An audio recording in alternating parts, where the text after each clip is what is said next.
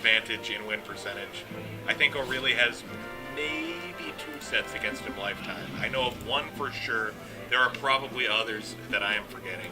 But either way, the point of the matter is that O'Reilly has not won that many sets against Kels, despite the fact that they play quite frequently, which must be frustrating, especially since Kels has been less active than ever in the last couple years, stepping away from the game more and more. Would you say it's less of an upset than Ozzy beating Kels, though? No, actually, that's a bigger upset, I would think. Do you agree? I would agree. Yeah. Ozzy did a great job, even though Kels went Falco at first, but beating him as Fox was a great. That's still like not. I don't even. There's nothing wrong with Kels Falco. He beat Fruit Loop in a set of Falco Dittos, and Fruit Loop's like a top 5 Falco player, in my opinion. Absolutely right, actually. What's up, kids? Heyo, Apple's back. Anyway, we've got the Chicago Classic here, O'Reilly versus Kels.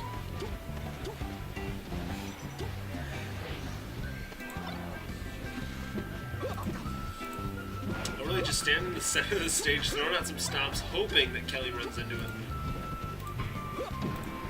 That should be an 8. Oh, didn't quite connect. It's disappointing. You need to capitalize on those opportunities when you get them, you know? And Kelly just capitalized on the fact that O'Reilly just used Raptor Boost.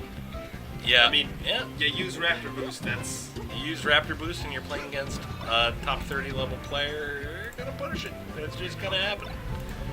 And Kels, probably trying to warm up his Fox here, thinking he's going to have to start clocking in Fox as the tournament goes deeper and deeper if he wants any chance of winning this thing. If he plays good... Oh, right, because he's going to be playing Azu next. Yeah. So, I see. What's your Twitter, Landry? At Landry SSBM. Everybody follow me. You're my best friends. We're getting our own Mubot commands. Oh, baby. We hit the big time.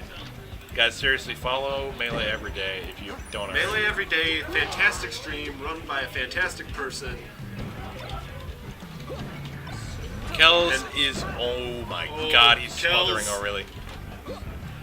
Actually, what I love seeing is, especially against like a character like Falcon who doesn't have the best out of shield options, you can see Kels like shine aerial pressure, like shine aerial shine or something like that, and then he just backs off. Because if he doesn't get an opening from that, so what? What's Falcon gonna do? Yeah. It's fine. You can back off, you can come back in and do it again later. Like right there, you know? He whiffed on 2 and then eventually the third one hit. Like, what's he gonna do? Just standing and shine on his shield. Yeah. Obviously, that's a missed input. Yeah, we call that a down B. No one ever wants to do that. There's a shine, and then there's a down B. Yeah, that's the reflector. That move is the reflector. The shine is the quick one. Use the reflector. Fox. Yeah. O'Reilly just kind of hoping that maybe he would work his way over and land on Randall, but Randall was out of there too quick for him. Okay. That sometimes happens when someone starts to slide off the edge as they're getting grabbed. You get that weird release. Kels maybe should have just down smashed there. Probably could have killed him. Yeah, I like what Kels did there, using the shine stall because he knew that O'Reilly was coming down with that back air. It's interesting. Kels, at least in that last stock, kind of like wave dash forward and positioned himself right in front of O'Reilly. He's staying really close, right in front of his shield. But O'Reilly, because Kels has been showing a lot of pressure, is afraid to grab because he's worried about getting shined or aerialed off and grabbed. Like right there, Kels was sort of in a grabbable position, but he was throwing out such pressure. Like it kind of enables him to be a lot more aggressive with his spacing and stand closer than you would think would be possible. Kelly wants to end this game right now. He's trying. Ooh, he's Down trying. smash, that should be it. Yeah. Kelly is literally shouting from the other room, I did not mean to do that. That down smash. He's just laughing. The man, the myth. If you guys have never been in a tournament with Kels, he is a character to be around, honestly. He's quite the guy. Game 2. This is still best of 3, right?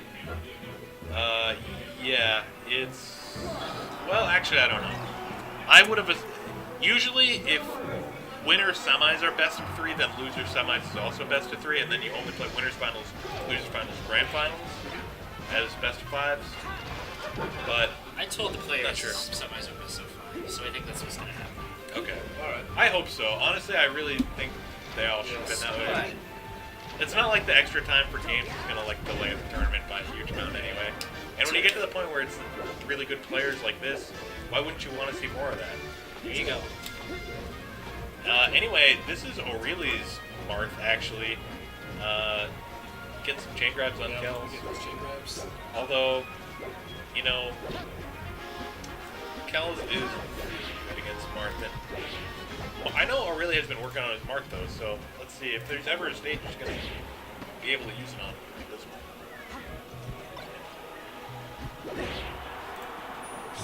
Nice wave dash out of shield forward snap. The standard Marth tech. Flips with that up smash, and Kels is going to take the first stock there. Yeah, invincible edge dash to F smash, or to up smash rather. Down smash is so good sometimes. Sometimes. Not all the time, but like in certain situations, down smash is killer. What's up, Webs? Alright, so... Yeah, honestly, I think Kels will probably win this, only because he's a lot more comfortable. Next time, yeah. Next time. Yeah.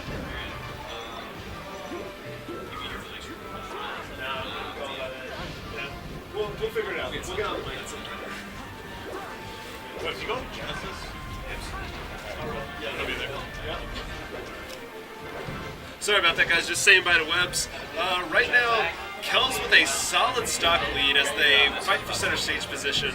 That should be another back air, or an air An dash. air Good works. choice. That's what we're looking at. Ooh, after a good exchange by Kels, who really manages to land that timber and take that stock.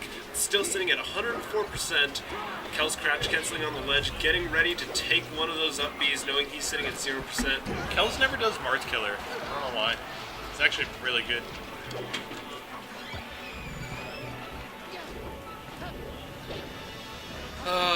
Goodbye, Webs, the golden boy of melee commentary. I love Webs, I love his style, and honestly kind of disappointed that I didn't get to commentate with him, you know, having come up here. But He's not that great.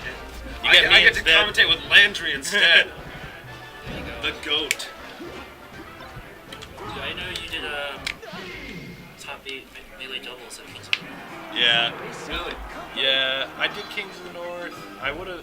It was actually kind of inconvenient because I had to do all the doubles, and then right after that they'd started singles, so the bracket was already going, and they were Yeah. like, "You gotta play your matches. You're behind." It's like my first matches of the day were right after commentary. I didn't get to warm up at all. Definitely lost my first set to like some random guy. Yeah. Coordination for that is kind of hard. Yeah. Oh, totally. And I mean, I don't blame them.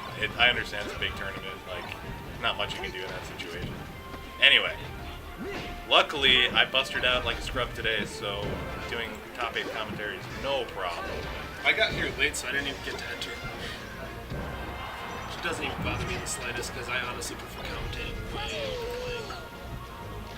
Yeah, I still have like more drive overall to be a player. Like, I always focus on like improving my play. I do sometimes focus on improving my commentary, but definitely less. But I actually really enjoy doing both. But it's frustrating when one interferes with the other. You know, it's really nice in situations where you can do both symbiotically. I obviously like don't ever want to stop playing, and I always want to find ways to improve my play. But like I'm mostly focused on improving myself as a commentator. You know, just speaking of like improving on commentary, you should message Wife on Twitter. I one time asked him to like give me a review of some of my matches, and like sent him a couple sets, and he wrote me like a really detailed email about ways to improve. Anyway, it can be helpful. I'm good friends with JV and Neptune, and they're really great mentors for me, and always give me like they always watch me when I'm commentating and like give me pointers the next day. So it's really nice to have connections like that. But anyways, going into Game 3 right now. Yeah, I mean, honestly, Kels has just been clocking in. O'Reilly's forced off his Marth, which is something that kind of expected, especially against Kels. Ooh, I think he almost like he might have had the down throw spike there. Yeah. Kels actually famously got down throw spiked by me. Really? Pretty funny. And I believe UFGTX tournament in Chicago, Mewtwo King and Kels were playing, or maybe it was a different UFGT. They were playing Fox Dittos on the stage, you know, and chain grab, and Kels does. It was pretty fun. Anytime Kels dies in a funny way, it's just memorable for me. I feel like Kels might be a little prone to dying in funny ways, though. Yeah, he is. And he always has such hilarious reactions to it that it's like, you know. Just makes it all memorable. Yeah. Kels takes winning and losing like a trooper, honestly.